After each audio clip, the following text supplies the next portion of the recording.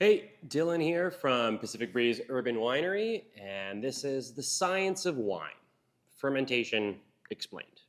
Ever wonder how grape juice becomes this amazing glass of wine? It's all thanks to science, specifically fermentation, the magical process that turns fruit juice into your favorite beverage.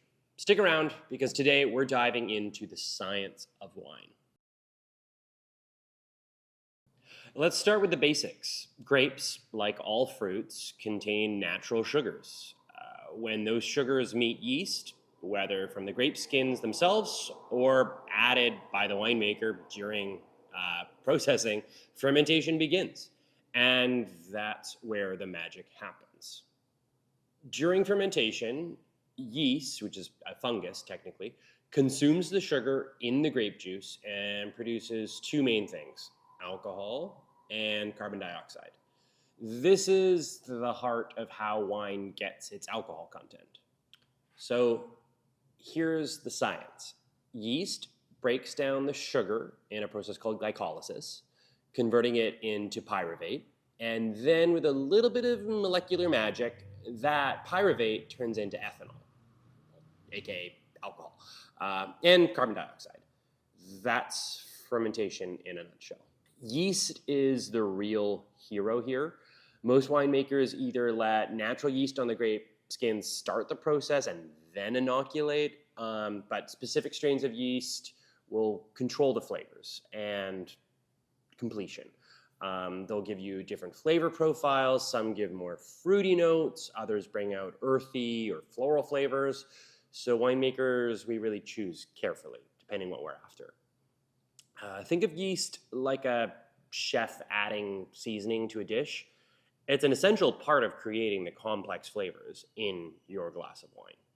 But fermentation is a delicate process. Temperature control is crucial.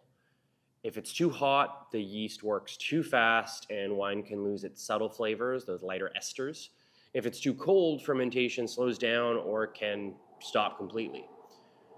That's why winemakers constantly monitor and adjust the temperature to make sure the yeast is happy and working at the right pace for that wine.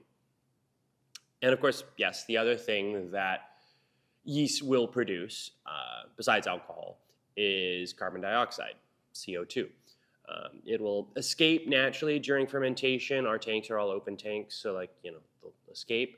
But in sparkling wines, like champagne, that CO2 is trapped in the bottle, creating those bubbles we love.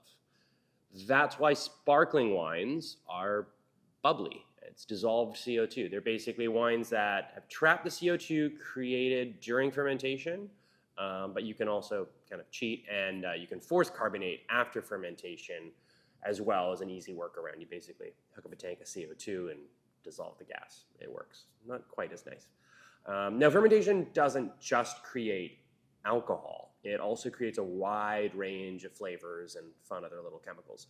The length of fermentation, the temperature, the type of yeast, all of these factors affect the final taste of the wine. A longer fermentation at cooler temperatures tends to result in more delicate, fruity flavors. A warmer, faster fermentation often leads to bold, richer wines. Think of kind of almost like you're cooking, extracting a little bit more of that color and tannin. That's why red wines, which often ferment at a higher temperature, tend to have deeper, more intense flavors, while white wines, fermented cooler generally, will have lighter, crisper notes.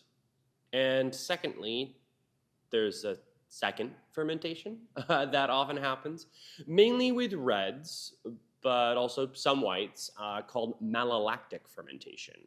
We call it ML for short, which is malic acid is the acid found really predominantly like green apples, like Granny Smith, like you bite into that sharp acid, and that's converted to lactic acid, like in milk.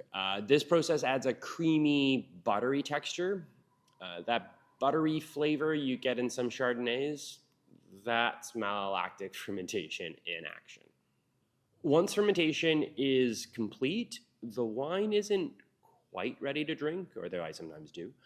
It's often aged in barrels to develop deeper flavors, complexity, and sometimes find and filter to remove any unwanted particles. We will sometimes filter wines down to actually 0.5 microns, close to sterile, so there's no risk of fermentation continuing in bottles with wines that still have residual sugar, because we're literally filtering out smaller than even the actual yeast cells. Finally, the wine is bottled, and after a bit more aging in the bottle, it's ready to be enjoyed by you. So next time you enjoy a glass of wine, remember, it's not just grape juice. There's a whole world of science behind it. From yeast working its magic to the winemakers, careful attention, fermentation is where the magic of wine really happens. Thanks for watching. If you found this video helpful, hit the like button and subscribe for more deep dives into the world of wine. And yeah, visit pacificbreezewinery.com. And yeah, cheers.